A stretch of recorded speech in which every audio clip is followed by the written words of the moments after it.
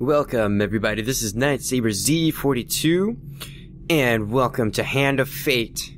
Oh man, I'm really excited. I've actually spent several hours on this game already, and I've just reset my progress because I really want to start this game from the very beginning. Basically what Hand of Fate is, it's like a build your own deck kind of game. You get weapons and shields and stuff, and you kind of draw them out, and basically you go on this journey to defeat, I think, 12 bosses or whatever, so you have a chance of fighting the guy at the very end. That's about as much in layman's terms that I can put it. I'm just gonna start it, and you can piece it together for yourself. One more for the game. Come, sit. You have passed the 13 gates. And you come to my table to play the game of life and death. Your stake is wagered. I refuse none who come here. Yet, I say, turn back.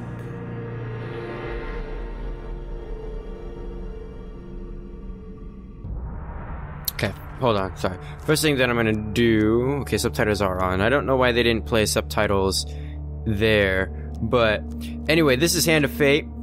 I absolutely am in love with this whole concept that we, as a character, have made our way to this person. And this is only just the beginning of whatever journey we've already been through. And so, our goal is to kind of go through his little quest or journey so we could eventually defeat him. And there's obviously some sort of goal that we are trying to obtain, whether it be treasure or whatnot. And so I'm gonna go ahead and get started. Basically, the way this works is there are, I want to say, there are dungeons, and each dungeon has a certain number of floors. So the first dungeon that we'll go through, we'll be fighting one boss, and I think it's like a couple floors, and they're really quick. And as you progress through the game, they get longer, and there's more things like traps and encounters and stuff like that. Think of it Dungeons and Dragons with cards, in a way. It's very much like that, I would say. There's story mode, which I'm going to take you through, and then there's the endless mode, which I have not actually gone through just yet. I've only spent a lot of my time on the story mode, so I'm going to go ahead and get started, and let's go. The game begins. One lives and one dies. Let us see what you are made of. Here is the first member of my court, the Jack of Dust. 12 in all must fall before you may challenge me. So we need to defeat the 12 bosses in order to have an attempt at our friendly dungeon master here. So the Jack of Dust. The bandit leader is stronger and faster than most bandits encountered. He can become enraged, making powerful unblockable attacks. He also inspires his followers to steal gold on each hit. In the ruins of an ancient temple among the eternally shifting sand dunes lives the mysterious leader of the desert bandits, infamous for his reign of terror over any spice caravans that dare take their chances traveling through his domain. He rules as a king over barren lands. And that's something that kind of irks me about this game, is when you read the text, D's look like B's, which look like H's. And so it's really hard to kind of determine. Like, it took me a long time to figure out that they were saying, where was it? Desert and domain. I kind of read it my first time as a Bezert and a Bomain. Which is kind of weird. Voice acting, top notch. Even though there's only one character who actually does stuff. Music, I love this bit of music right here. It's like, oh, something's about to happen, something mysterious. Oh yeah, shuffle those cards with magic. Fall where they may. To the left. To the left, we have HP, our food, and gold. Gold is at 0, and you can also see our equipment, which is an axe. Food, for every time we move a square or onto another card, our food goes down by 1. So first up is a Twisted Canyon. That glinting weapon, the call to action, to adventure. Truly, there is nothing like it. You see a weapon glinting in the sunlight lying next to a skeleton at the bottom of the canyon. We're gonna go ahead and climb down to retrieve it, and here, when there's a choice to be made, we get to choose one card. These options. As you saw, there were 3 successes and 1 failure, so that means we have a 75% chance of actually succeeding. Oh, yay. You began to make your way down the cliff face, but soon slip and fall painfully onto the rocks below. So we had a 25% chance of actually failing that, and we did. So the dealer draws 1 health pain card, which means that our max HP is going to go down by quite a bit. Or we just lose 10 HP. Oh dear.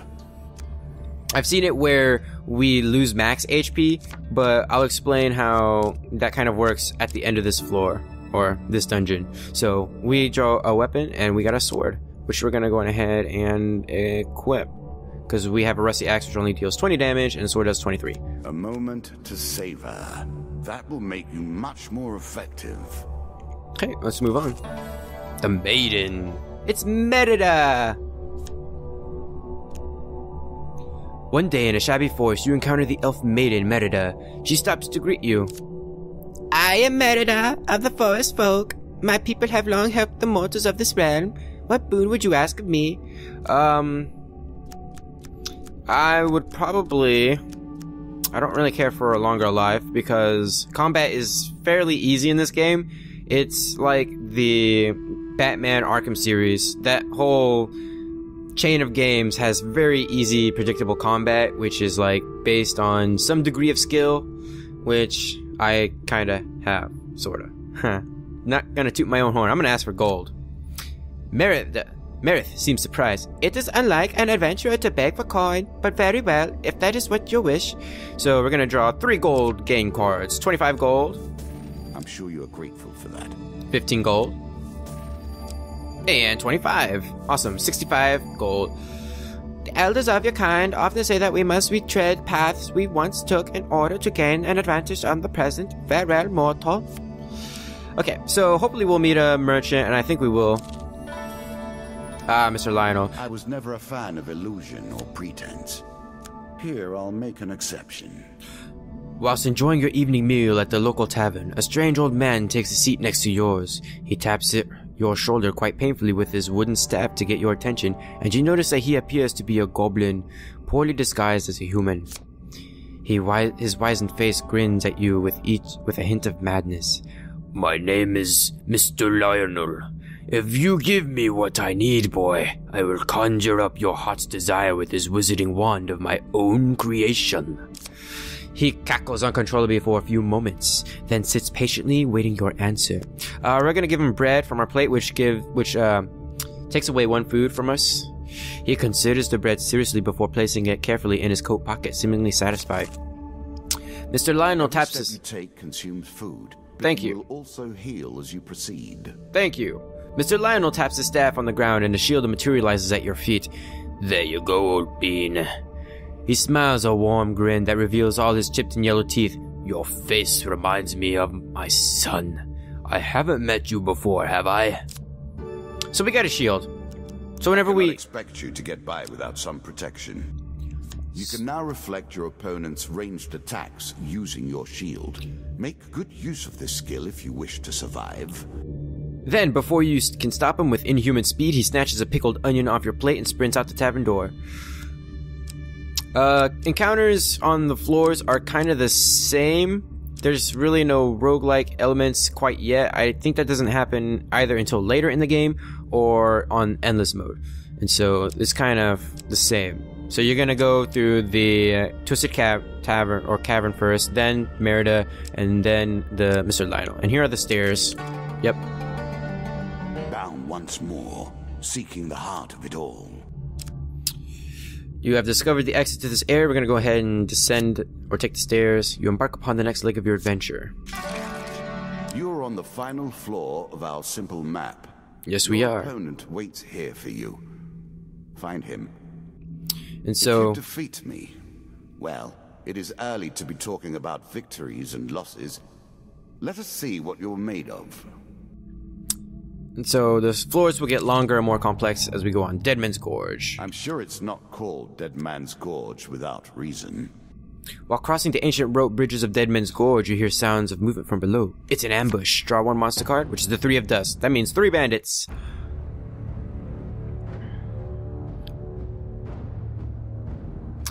And here there's a really cool animation where all the cards come from your deck and they kind of come over your character and it like equips him. But for the most part, I'm going to skip it after this first time because it kind of tends to slow down and lag the game a little bit. So there we go. You can now counter your opponent's attacks. Hit the counter button when you see the flashing indicator. So we have a, how would you say, a chain bonus, I would say, for however many chains we can accumulate. Just like in Batman Arkham Asylum and all the other games that follow that same principle. But combat is really, it's easy, but it's fun because they're like little short encounters. But I think that as more monsters are introduced, it gets more complex. So you recover what you can from the dead. Dealer draws you 3 game cards. Okay, 1 equipment, which we got an axe, which we'll equip. Peasant's weapon, but effective nonetheless. 3 food, which we don't need. And I'll tell you why in just a moment. Another food, which we won't need. Oh. Okay, let's move on to Ambush. What did you think would happen with a card called Ambush, eh? A slight rustling behind you is all the warning you get that your life is in grave danger. Draw 1 monster card, the Two of Dust, 2 bandits. Really wish there was a merchant because I want to buy some cards and stuff. Oh. And here I'll just kind of skip it. You can't move the camera. It's actually just static, which is a shame. Whoops. But, oh well. Just gonna make some quick work right here. Whoops. And of course, I would miss that last one, but oh well. I think we had like 14 chain combo. I don't know exactly what chain combos get you, if there is a bonus to it, but oh well, it's just fun. While searching the area for anything worth salvaging, you realize that one of your opponents is only pretending to be dead. Sneak up and kill him, of course. Yeah. 75% chance to succeed. Let's go with number 1. Success! A quick weapon blow to the head fixes that. You finish searching the area. Draw 3 game cards. Equipment. Sword. The most fundamental symbol of might for an age. Wow, lots of food. And more food, which we don't need, because everything resets after each dungeon. Any HP that you gained, it just resets back to 100. Any food resets back to default. Gold sets back to default. Oh yay, merchant. In a shady grove off the beaten trail, you find a traveling merchant looking to trade with wandering adventurers. We'll approach the shop. Greetings, wise traveler. I have much to offer you. Okay. If you were wondering why you've been collecting all that gold, you now have your answer. We're starting to get into the meat of the game now.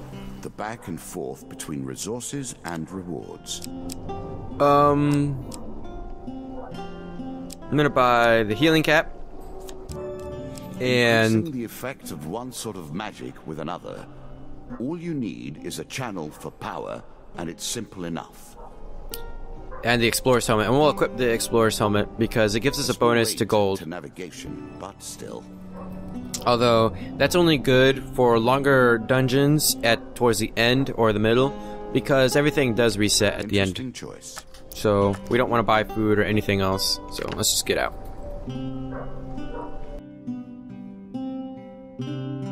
And we'll move on to the boss. The Jack of Dust. You have reached my first champion. A good man driven to madness by a war that took all from him. Wife and child, kith and kin. From such dark and brittle iron I forge my tools. Now we see your metal. I have no idea what kith is. I can only assume there's like grandchildren or something, maybe? I have no idea. Unlock more cards if you can defeat this encounter. Oh yay, we get 3 shiny gold tokens, which actually gives us a lot of stuff at the end. Good stuff and bad stuff. But that only makes the game more interesting now, doesn't it? We got 4 of dust, so that's 4 bandits plus boss man. And there he is. Oh. So we'll take out his little bandit fellows first. Some enemy attacks cannot be blocked or countered. Whoops. Get out of the way or stop them with your own counter. So whenever it's red, you cannot counter. Whoops. So just be aware of that. If it's green, then you can of course counter attack, which I just did right there. And that's what I'm doing right here. You can only counter attack with a shield equipped. Oh, really? I decided to... Oh, I attacked the wrong person. Okay, that one's dead. Yeah, I like taking out the small fry first, because they're a lot easier. Whoops. There we go. Whoops. Dodged too late. Whoops. There we go. And he should be close. Whoops. Although they don't tell you the HP of any of the enemies. So there's our first boss down, the Jack of Dust. Look at my goofy helmet. Yeah, I got your card. Yeah. Down into the worms with him. Perhaps there is peace for him in the grave, poor soul. One champion has been sent to the cabinet. Yet we are only at the start of our road. You will face 11 more opponents who will test your strength, your memories, and your resolve. Few fall at the first hurdle. None reach the last. We have wagered, and you have won. You may claim your rewards, yet I will also claim mine. As you improve, so do I. Balance must be retained. So basically there are 2 decks. There's our deck and there's his deck. And as we beat our bosses, we'll get to improve our deck with cards, but he'll also be able to improve his deck. And as you see, we have unlocked Jack of Skulls, which is an enemy type, Dead King's Hall, which is an encounter type, Local Peasant, Devil's Choice, River, and Captain of the Guard. So some of those can benefit us, and some of them can benefit him or hinder us. Here's our next coin. And we get coins for encounters, various encounters, and bosses. And so they always give like a ton of stuff. So here we have armor and weapons and artifacts, like the Mercenary Contract. This is a really good artifact. Here we have new challenges. So we have Bandit Attack, Maze of Traps, and Goblins. And then the deck gets reshuffled again. And so I think this is where I'm going to go ahead and cut the episode off. I would like to do 1 dungeon per episode, although I don't know how that's going to play out in the later episodes. I might just do like 2-part episodes and stuff like that.